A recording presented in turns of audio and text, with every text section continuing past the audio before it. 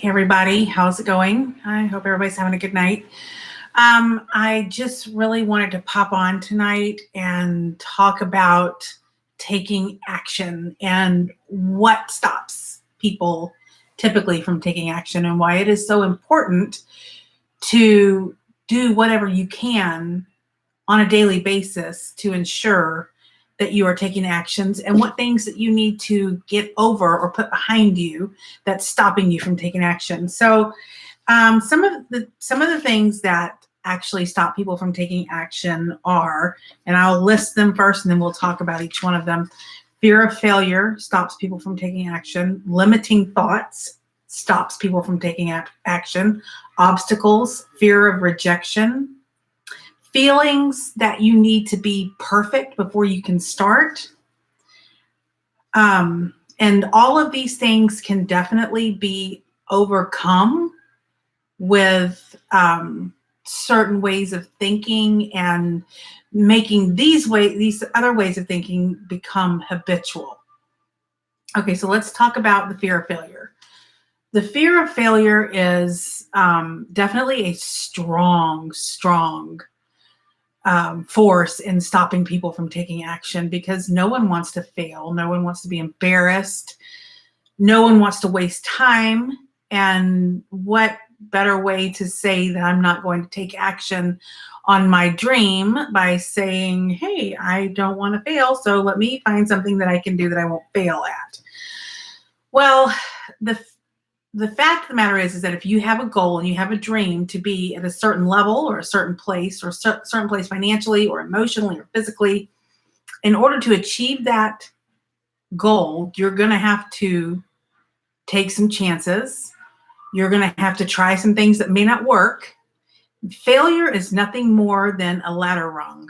So every time you fail, you take another step up the ladder, because you have learned from that mistake. I used to tell people when I was in retail and I was, moving up the corporate ladder and I was learning things, I would tell my trainers, I would say, I learn best by screwing it up. And once you realize that you understand that about yourself, that you learn well from your mistakes, if that's the type of person you are, then you start to use those failures as tools and as motivating experiences and learning moments. And once you realize that, you can definitely use failures to your advantage, because every time you fail and you get over that, you actually are better on the other side of it. So think of it as a way of getting better through failure.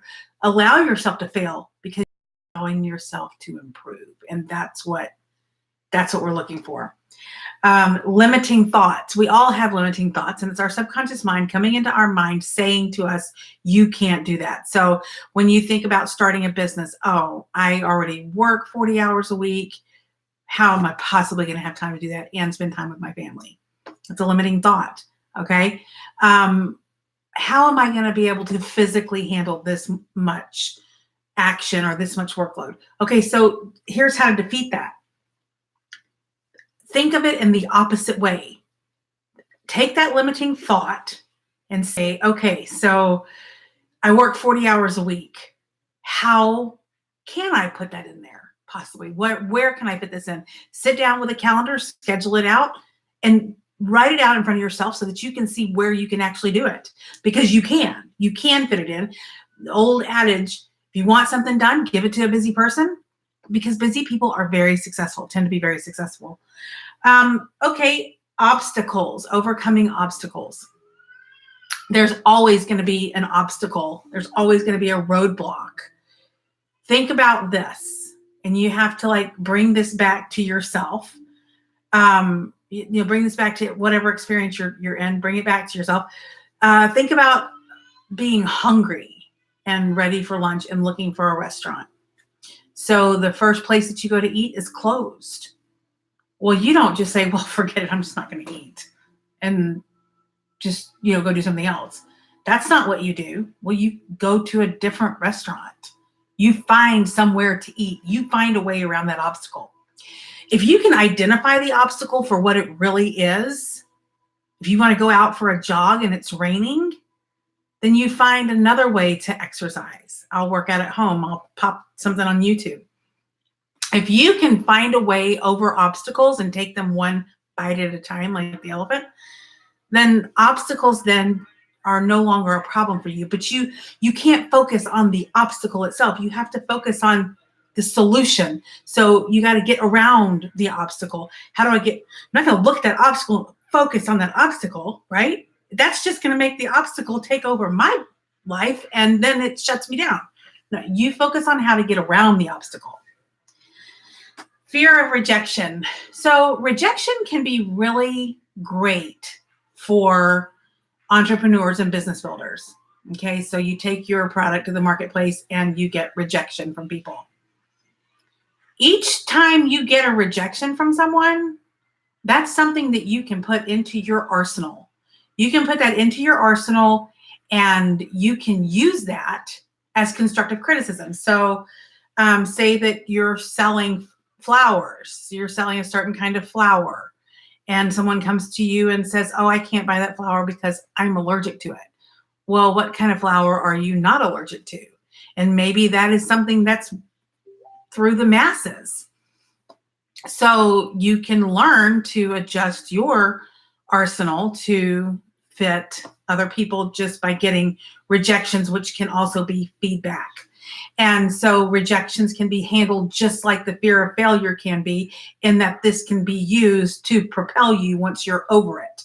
Once you're beyond it, then you can change because you've learned this already, and now you can keep moving forward. Okay, feeling like you need to be perfect before you can start. Okay, so you can just pretty much wipe that off your board because you're never, ever going to be there. You're never going to be perfect. But as you do things, you become more and more skilled at your craft. You are not 100% skilled at your craft. No one is 100% skilled at their craft when they start something, ever. No one ever is. It takes time and it takes commitment and it takes work to get to the point that you need to be successful. You have to work at that. No one is going to start out perfect.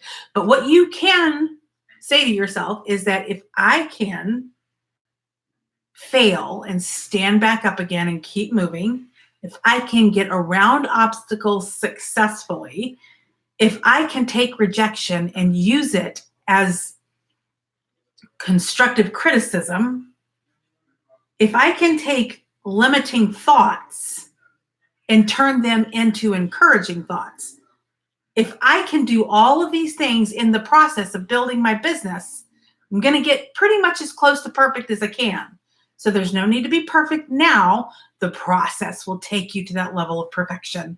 So you've heard it a million times. I've heard it a million times. Fall in love with the process. Fall in love with the process because the process will make you perfect. The process of what you have to do to build your business. And it doesn't matter what kind of business you're building. If you're building a service-based business, if you're building a product-based business, if you're building a network marketing business, whatever you're building, all of these rules of taking action apply.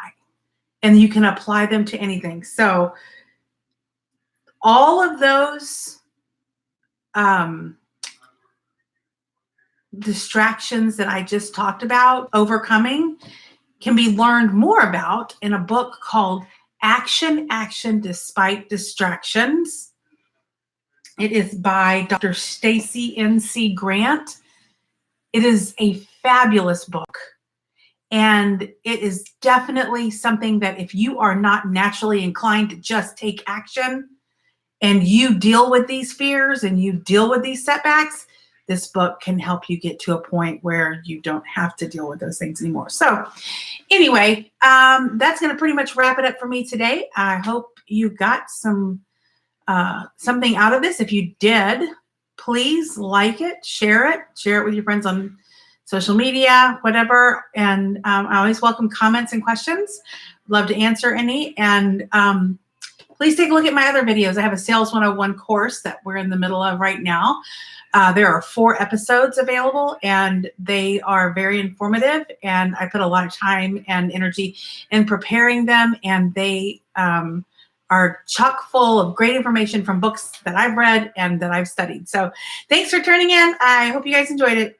Good night. Take care.